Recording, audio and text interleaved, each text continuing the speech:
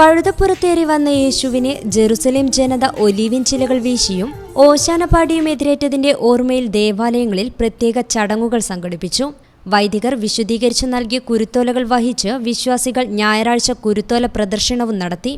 യേശുവിന്റെ പീഡാനുഭവങ്ങളെ അനുസ്മരിച്ചാണ് വിശുദ്ധവാരം കടന്നുപോകുന്നത്.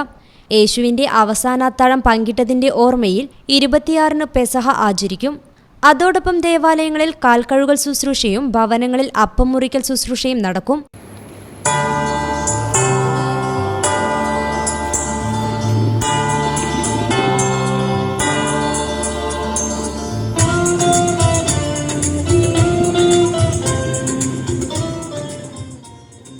കൽവരിയിലെ മരക്കുരിശിൽ യേശു ജീവൻ ബലിയർപ്പിച്ചതിന്റെ സ്മരണയിൽ 29-ന് ദുഃഖവെള്ളിയും ആചരിക്കും.